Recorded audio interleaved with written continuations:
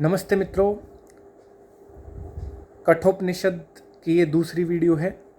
इसमें प्रथम और द्वितीय वल्ली मैंने कवर कर ली है, जिसमें यम और नचिकेत के वर मांगे गए थे।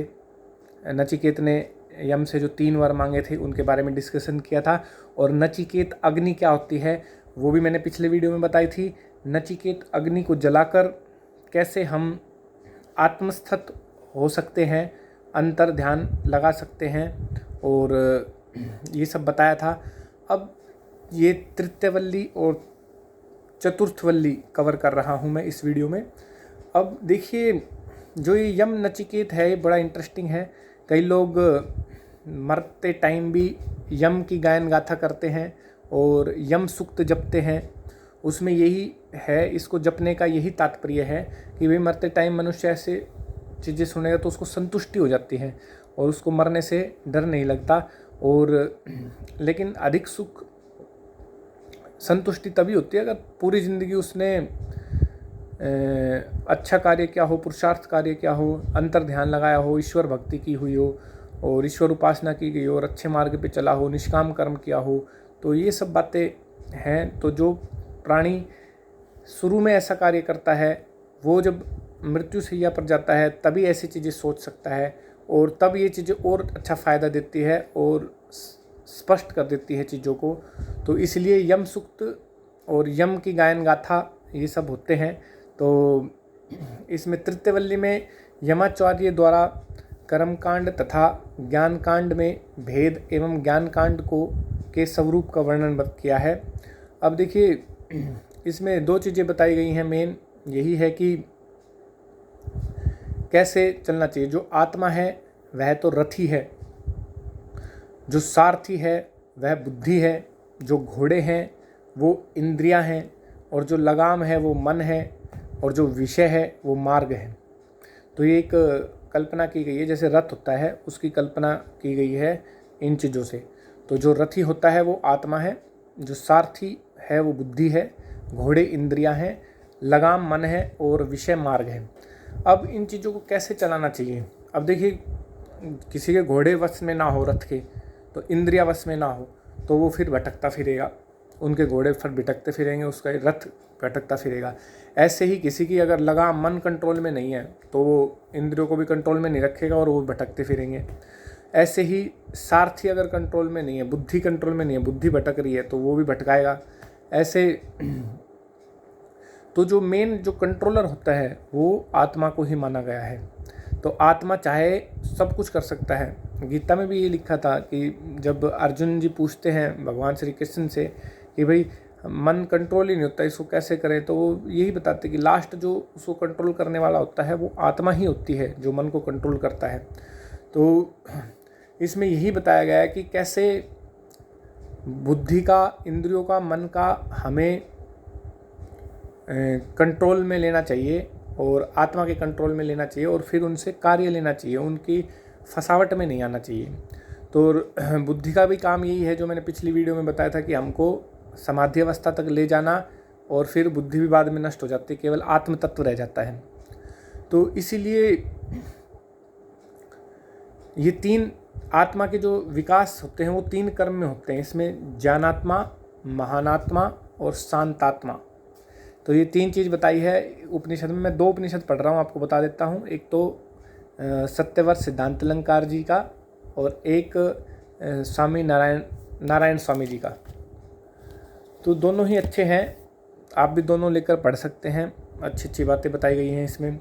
तो जो ज्ञानात्मा, महानात्मा, शांतात्मा बताया, ये आत्मा के विकास के 3 कर्म हैं। देखिए, इसमें कहा है कि बुद्धि के हिसाब से चले। सबसे पहले वाणी को और इंद्रियों को कंट्रोल करें। वाणी को कंट्रोल करेंगे, मन कंट्रोल करेंगे, फिर बुद्धि को कंट्रोल करेंगे, फिर आत्मा को कंट्रोल करेंगे। ये एक प्रोसीजर होता है। तो ज्ञानात्मा ये है कि जो ज्ञान को जानेगा, बुद्धि से काम लेगा, अच्छी बुद्धि से काम लेगा और उसको अच्छे मार्ग में लगाएगा, तो उससे ज्ञान की अनुभूति होगी इंसान को। उसके बाद फिर जब ये बुद्धि आत्मा से के कंट्रोल में रहेगी और उसके तत्व को जानेगी, आत्मा के तत्व को, तो उसमें महानता आएगी। तो इसमें महानता आ जाती है चीज़ में।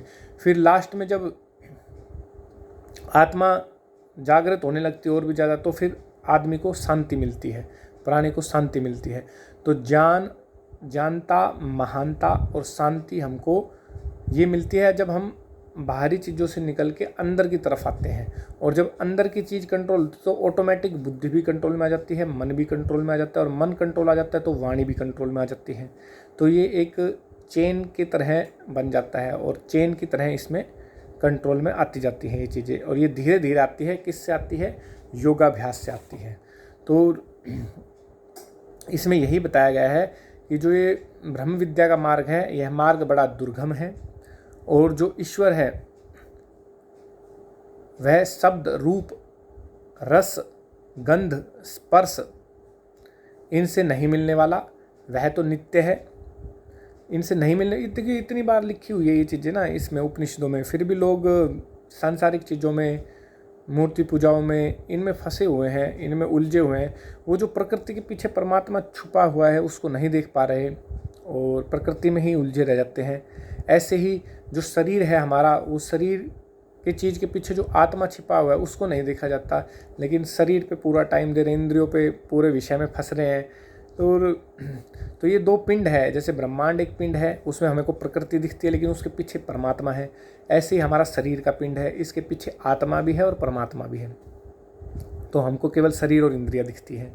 तो वास्तविक जो सत्ता है वो रस, रूप, गंध, शब्द, स्पर्श से स्वतंत्र है, और वह नित्य है, अनादि है, अनंत है, महान, ध्रुव, निश्चल है, एक रस में है। अब कई लोग सोचते हैं कि 2 पावर है, 3 पावर है, 4 पावर है, ऐसे लोग मृत्यु के मुंह में जाते हैं। यही बात उपनिषद में लिखी हुई है। तो ब्रह्मा केवल एक है, और एक ही लिखा गया है। वेदों में भी एक ही लिखा है। वेदों में तो एक मंत्र भी ऐसा आता है कि मैं 1 बार नहीं, 4 बार नहीं, 5 बार नहीं, मैं 10 बार कहता हूँ कि ईश्वर केवल एक है। जबकि आजकल लोगों ने पता नहीं कितने ईश्वर बना दिए, कितनी वो बना दी। कई लोग तो खैर ईश्वर को मानते भी नहीं है, नास्तिक है। तो हमको कैसे चलना चाहिए, उपनिषदों में बहुत अच्छे से रहस्य में ही विज्ञान बताया गया है। तो इसमें यही है, मनुष्य जब उसे निश्चित जान लेता है आत्म तत्व को और ईश्वर को, तब वह मृत्यु के मुख से छूट जाता है। और अगर वो बाहर की चीज़ों में फंसा रहेगा, इंद्रियों में, मन में, तो फिर सांसारिक चीज़ों में ही फंसा रहेगा, फिर वो सुख नहीं पा सकता, मौत के मुंह में जाएगा। ये है। ऐसे ही ब्रह्मांड के भी 2 रूप बताए हैं इसमें। एक तो दृश्य जो दिख रहा है हमको, व्यक्त हो रहा है, जो विकृति भी बोलते हैं इसको, महत भी बोलते हैं इसको, जो हमको दिखता है। और इसके दूसरा रूप होता है इसका अव्यक्त रूप ब्रह्मांड का, उसको हम प्रकृति बोलते हैं। वो सूक्ष्म होती है, काफ़ी बहुत सूक्ष्म होता है। और इन ब्रह्मांड और प्रकृति के पीछे भी जो इसको चलाने वाला है वो है परमात्मा। वो सूक्ष्म से भी सूक्ष्म है, वो सर्वव्यापक है, सब जगह फैला हुआ है। वो हमारे शरीर के अंदर भी है, वो बाहर भी है। तो ईश्वर का जो वो थे वो मैंने बताए थे आपको पिछली वीडियो में भी, ईशोपनिषद में भी बताया था। और कैसा होता है, कैसे गुण है ईश्वर के, ये सब बताया था। अब चतुर्थवल्ली है। चतुर्थवल्ली के में भी यही है कि अंतर्मुख होने से ही ब्रह्मा के दर्शन होते हैं, ये बात बताई गई है। तो जो मैंने अभी बताया, इंद्रियों का जो स्वभाव है वो बाहर चलाने वाला है, इसमें हम ईश्वर की प्राप्ति नहीं कर सकते। आत्मसत होना पड़ेगा हमें। आत्मसत होने के लिए हमें प्राणायाम करना पड़ेगा, ध्यान लगाना पड़ेगा। और प्राणायाम करने से क्या क्या फ़ायदे हैं देखिए, इससे हमारी एकाग्रता बढ़ती है, मन और बुद्धि में एकाग्रता बढ़ती है, ये हमारे नियंत्रण में आते हैं, कंट्रोल में आते हैं। इससे फिर हमारी इंद्रियां भी कंट्रोल में आती हैं और हमारा ध्यान फिर आत्मा की तरफ लगता है। और जैसे जैसे ध्यान लगेगा, वो मैंने आपको बताया कि महानता आएगी, शांति आएगी, हमारा ज्ञान बढ़ेगा, और ईश्वर के जो गुण हैं वो भी हमारे अंदर आते जाएंगे। जैसे हम निर्भीक होते जाएंगे, हम डरेंगे नहीं। उसके अलावा हमें भय नहीं होगा किसी भी चीज़ का, ये निर्भीक हो गए कहने का मतलब ये। दूसरा, हमें दुखों से छुटकारा मिलेगा, हमको सुख मिलेगा, आनंद मिलेगा। आनंद और सुख में भी फ़र्क होता है, वो मैंने बताया था। सुख और दुख तो इंद्रियों के विषय होते हैं, आनंद आत्मा का विषय है, जिससे पूरी खुशी होती है।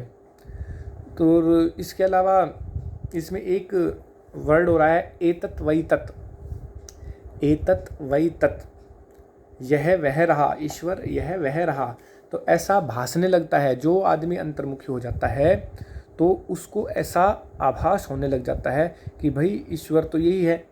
जब इंसान पंच महाभूतों को देखेगा, पृथ्वी को देखेगा, इस सूर्य को देखेगा कि भाई ये चीज़ें हैं, ऐसे प्रकाश आ रहा है, ऐसे आ रहा है, इनके पीछे ईश्वर है, तो फिर वो बोलेगा कि देखो यह वह रहा ईश्वर, एतत् वही तत्।